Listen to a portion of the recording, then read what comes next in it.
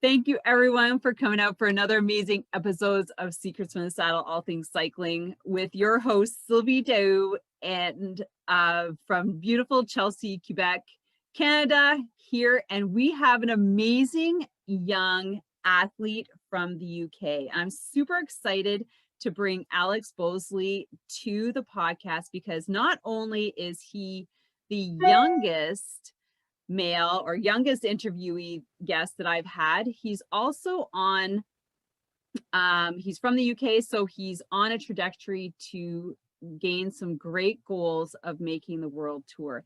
Now, the thing is that he is the son of David Bosley, who I interviewed not too long ago on episode 98. So make sure you go back there. Alex made a cameo. I'm sitting there with my 5-year-old son and thinking, yeah, you know, he's not as dynamic as I'd like him to be. He's just sitting around on the sofa. Yeah, I love sitting next to him and cuddling up on the sofa and watching some, something, entertaining. But I want him to be fit and healthy. And, there was this disconnect because, like, I've got enough, I've done a bit of personal development and reading and, I'm self-aware enough to, intelligent enough to know that kids don't do what you tell them to do. They tend to do what you do.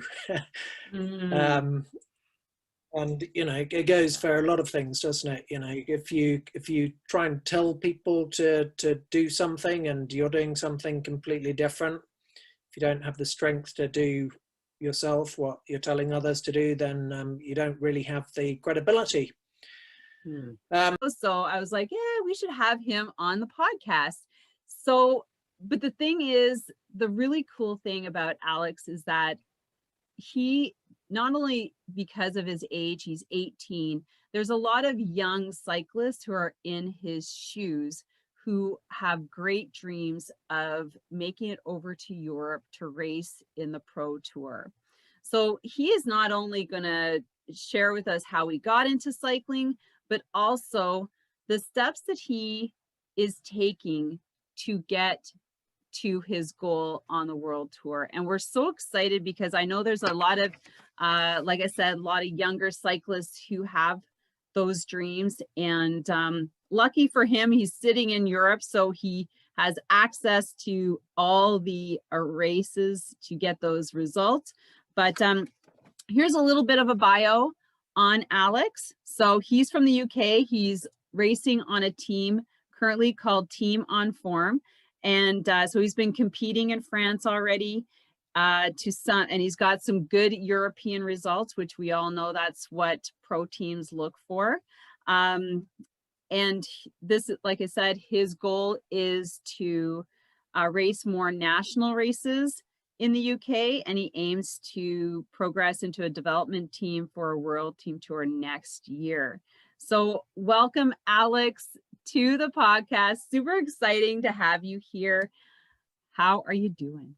Yeah, I'm doing great. Thank you. Thank you so much for having me. It's been a pleasure. Yeah. I have to say, this is the second time around. I wasn't recording the first time, so we both been chatting. All right. So I always love to ask everybody that I interview how you got into cycling. Even though you're 18, there's always a story behind it. Can you tell us how you got into cycling? Yeah, so it's probably not the most normal way of getting into it, but so as a kid, I've always loved cycling, like since I can remember. Yeah, there are a few things, like the 2012 Olympics in London. That was I went to watch the track cycling there, and that's just like thrilling. It's always so full on. And yeah, also like my grandpa, he always used to be out on the bike doing little like things which just as a kid you're always just like mesmerized by. You're always like, oh, how can you do that? And yeah, I started my grandpa started taking me out on these like small rides around nice like countryside and everything. And then I learned how to do a few tricks and things, and yeah, it is pretty amazing. Like, you just, as a young kid, you like for me, I was learning so many things which, like, even now I'd struggle to do, like some really crazy stunts which I was able to do so casually. And yeah, from that I'd always had like a kind of passion towards cycling, but it wasn't yet unlocked by then. Mm. And then when I was about 13 or 14, I was on a family holiday down south of France. We decided to hire some road bikes, and we just took them out for a day, and I absolutely loved it. It was just so like, it was such a kind of tranquil and like relaxing, but also like exhilarating experience. Like just being able to ride along the coast and look at the sea. That was something that really like made me, I don't know, just want to like get into cycling properly, like get more of that.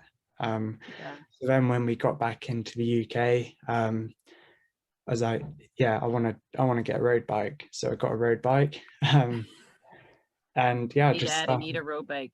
yeah, exactly. Always need a road bike. And then yeah, there's a little 10 or 11 mile loop that we found we could do, me and my dad. So we went on it, and it was such an achievement to complete that at first.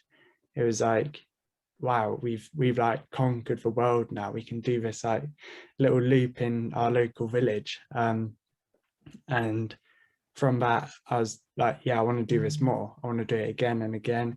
So I kept doing it, and I kept getting faster, and I kept getting like new PBs and things. Mm-hmm. And I was like, yeah, this is really cool. This is like pretty wicked. Quite like this. And then yeah, there's someone who like suggested I could get into road racing, like cycle racing. And I was like, wait, what's that? Like what? I just had no idea. And we kind of ended up turning to this race. It was a small like little circuit around a forest track. And yeah, like going around that, I just it was so exciting. You're just with other people. Like it was pretty carnage in a way, but it was still so fun. Like you just, it was so, yeah, I got a lot of adrenaline from it. And from that I was like, yeah, I want to do this more. Like it's only the beginning.